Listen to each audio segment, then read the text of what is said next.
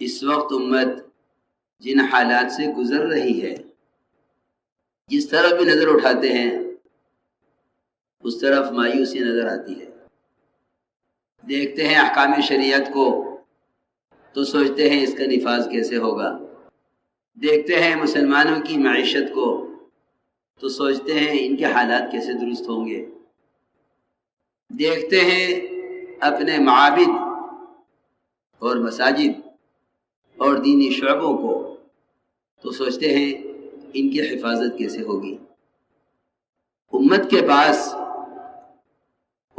پاس اپنی ہر آسمانی اور زمینی اور اس درمیان کے رہنے والی تمام مخلوقات سے جو امت کے پاس اپنی حفاظت کا اور مدافعت کا اور ملائکہ کو نازل کرانے کا جو بنیادی ذریعہ اور سبب تھا، امت اس کو بھلا بیٹھی ہے، چھوڑ بیٹھی ہے۔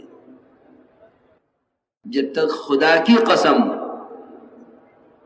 امت دعوت پر نہیں آئے گی، امت اپنے دینی امور یا دنیاوی امور میں اللہ سے مدد نہیں لے سکتی۔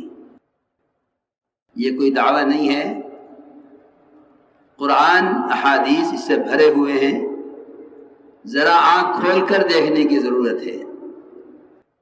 اگر دعوت کو کسی ایک طبقے کا اپنا کام سمجھ کر امت نے اس سے اعراض کرنا تو بہت دور کی بات ہے، اس کا استقبال نہ کیا تو یاد رکھو کہ وہ تمام نصرات غیبیہ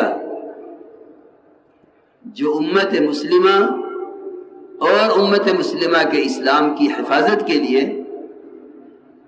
محمد صلی اللہ علیہ وسلم اور آپ کے صحابہ اللہ سے غیبی نصرتوں کے نازل کرانے کے لیے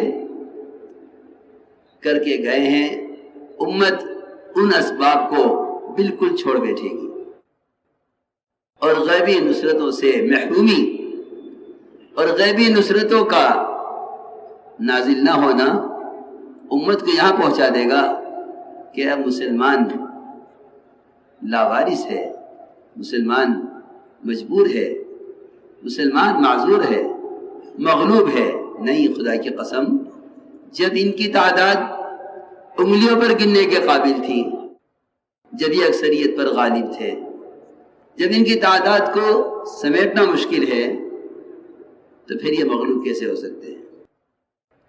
میں ضروری بات عرض کرنا چاہتا ہوں۔ حضرت فرماتے تھے کہ باطل کے مقابلے پر جو غیبی نصرتیں نازل ہوئی ہیں، اس کی شرط، اس کے اصول اور اس کے لیے سب سے بنیادی ذریعہ وہ دعوت اور عبادت کو کما حقہما، ان دونوں کے حق کے ساتھ جمع کرنے پر ہے، ان دونوں کے حق کے ساتھ جمع کرنے پر ہے۔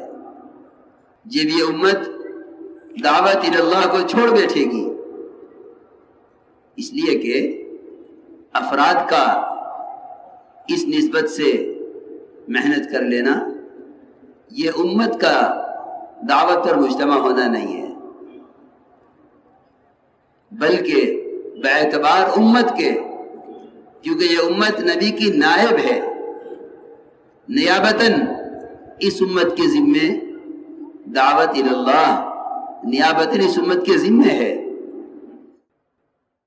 اس لیے یہ بات سب سے پہلے عرض کرتا ہوں کہ دعوت اور عبادت ان دونوں کا جمع کرنا کہ اللہ رب العزت کی غیبی نصرتوں کے نزول کا اصل سبب ہے۔ اگر امت نے دعوت چھوڑ دی، یاد رکھنا محض انفرادی عبادات پر غیبی نصرت نازل نہیں ہوگی، یہ پکی بات ہے۔ محض انفرادی عبادات پر غیبی نصرت نازل نہیں ہوں گی۔ کیوں؟ اس امت کے ذمے صالحین کی محنت سے آگے بڑھ کر انبیاء علیہ السلام کی محنت سے آگے بڑھ کر اس امت کے ذمے سید الانبیاء علیہ السلام کا میدان محنت ہے. اگر یہ امت اس میدان محنت پر نہیں ہے، اگر یہ امت اس میدان محنت پر نہیں ہے تو یہ بات یاد رکھیں کہ اس امت کی مدد باعتبار انبیاء کے بھی نہیں ہوگی، باعتبار صلحاء کے میدان کی بھی نہیں ہوگی، کیونکہ یہ امت محمد علیہ السلام ہے. اس امت کی مدد اور نصرت جو ہوگی وہ اس میدان محنت کے اعتبار سے ہوگی جس میدان محنت والے نبی کی امت ہے. پوری بات حضرت کی نقل کر رہا. حضرت فرماتے تھے اگر یہ امت صالحین کی محنت سے، اگر یہ امت صالحین کی محنت سے امت کے مسائل کو حل کرانا چاہے تو کبھی نہ ہوں گے. اگر یہ انبیاء علیہ السلام کے طریقے محنت سے، ان کے میدان محنت سے امت کے مسائل کو حل کرانا چاہے کبھی نہ ہوں گے. اس امت کی مدد اور نصرت کے لیے سب سے بنیادی چیز وہ طریقہ محنت ہے اور وہ میدان محنت ہے جو میدان محنت محمد صلی اللہ علیہ وسلم اور آپ کے صحابہ کا تھا. ہم نے عرض کیا کہ دعوت یہ اصل بنیادی شرط ہے، دعوت یہ بنیادی شرط ہے غیبی نصرتوں کے نازل ہونے کی. اللہ نے قرآن میں شرط لگائی ہے ان تنصروا اللہ ینصرکم ویثبت اقدامکم. اگر تم اس کے دین کے مددگار ہو تو وہ تمہارا مددگار بھی ہے اور تمہارے قدموں کو جمانے والا ہے. شرط لگائی اللہ نے ان تنصروا اللہ ینصرکم. مولانا الیاس صاحب رحمۃ اللہ کا ملفوظ ہے کہ اپنی ذات سے پورے دین پر چلنے والا دیندار ہے لیکن دین کا مددگار نہیں ہے. دیندار ہے، دین کا مددگار نہیں ہے. اس امت کی یہ خصوصیت ہے کہ یہ امت اللہ تعالیٰ کی طرف سے جب منصور ہوگی، مدد جب کی جائے گی جب یہ دعوت اور عبادت کو اس طرح جمع کر لے جس طرح صحابہ کرام نے ان دونوں کو برابر جمع کر کے دکھلایا ہے.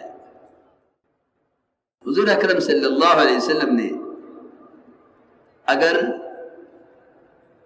پیغام کسی بادشاہ کو بھی بھیجا ہے اس لیے کہ آپ کی بعثت ساری امت کی طرف ہے، آپ کے لیے ایک وزیر کو، ایک فقیر کو دعوت دینا برابر ہے. آپ نے بادشاہوں کو بھی دعوت دی ہے. اس دعوت کے لیے حضور اکرم صلی اللہ علیہ وسلم نے صرف پیغام نہیں بھیج دیا بلکہ جماعت بنا کر بھیجی ہے. جماعت بنا کر بھیجی ہے. میں کچھ کہنا چاہتا ہوں، جب تک مسلمان بذات خود دعوت نہیں دے گا، جب تک مسلمان بذات خود دعوت نہیں دے گا اس وقت تک یہ اپنے دین میں آنے والی مشکلات میں اللہ کے یہاں معذور نہیں سمجھا جائے گا. کسی ذریعے سے دین کا پیغام پہنچا دینا یہ اللہ تعالیٰ کے یہاں ذمہ داری کے پورا ہونے اور عذر کے پیش کرنے کے لیے ہرگز کافی نہیں ہے، ہرگز کافی نہیں ہے. میں اس لیے کہہ رہا ہوں کہ یہ خیال پیدا ہو گیا ہے کہ پیغام پہنچانے کے بہت ذرائع ہیں، اس سے ذمہ داری ادا ہو جائے گی. نہیں، خدا کی قسم، خدا کی قسم اگر اس سے ذمہ داری ادا ہو جاتی تو آج امت وہ غیبی نصرتیں 10 صحابہ کے بقدر دیکھتی اور امت عمل پر اجر 50 صحابہ کے بقدر پاتی. یہ میں نے 2 حدیثوں کا مفہوم عرض کیا ہے. اگر خود دعوت دیے بغیر کسی ذریعے سے پیغام پہنچا دینا اللہ رب العزت کے یہاں معذرت کے قبول ہونے کے لیے کافی ہوتا، جبکہ وہاں ایک صحابی کی مدد کے لیے ایک مشرک بھی ایک مشرک بھی فرشتے کا مشاہدہ کر لیا کرتا تھا، بار بار کہتے رہے حضرت عباس رضی اللہ تعالیٰ عنہ کہ مجھے تو نے نہیں باندھا ہے، مجھے تو نے نہیں باندھا ہے، تیرے ساتھ ایک اور تھا جس نے مجھے باندھا ہے، تو اتنا کمزور پستہ قد ہے، میں تیرے قابو آنے والا نہیں تھا، تیرے ساتھ دوسرا تھا جس نے مجھے باندھا ہے۔ صحابی کہتے ہیں قسم کھا کر کہ میں نے تنا باندھا ہے۔ میں کچھ عرض کرنا چاہتا ہوں کہ اگر اللہ رب العزت کے یہاں محمد صلی اللہ علیہ وسلم کے اور آپ کے صحابہ کے طریقہ محنت سے ہٹ کر کسی ذریعے سے پیغام پہنچا دینا اللہ کے یہاں ذمہ داری کے ادا ہونے کے لیے کافی ہو جاتا، تو خدا کی قسم 10 صحابہ کے بقدر ایک مومن کی مدد اور 50 صحابہ کے بقدر ایک مومن کو اجر، یہ دونوں حدیثیں ملتی ہیں روایتوں میں کہ اللہ کی طرف سے یہ وعدہ ہے اس امت کے لیے۔ محمد صلی اللہ علیہ وسلم کے اور آپ کے صحابہ کے طریقہ محنت سے ہٹ کر کسی ذریعے سے پیغام پہنچا دینا اللہ کے یہاں ذمہ داری کے ادا ہونے کے لیے کافی ہو جاتا، تو خدا کی قسم 10 صحابہ کے بقدر ایک مومن کی مدد اور 50 صحابہ کے بقدر ایک مومن کو اجر، یہ دونوں حدیثیں ملتی ہیں روایتوں میں کہ اللہ کی طرف سے یہ وعدہ ہے اس امت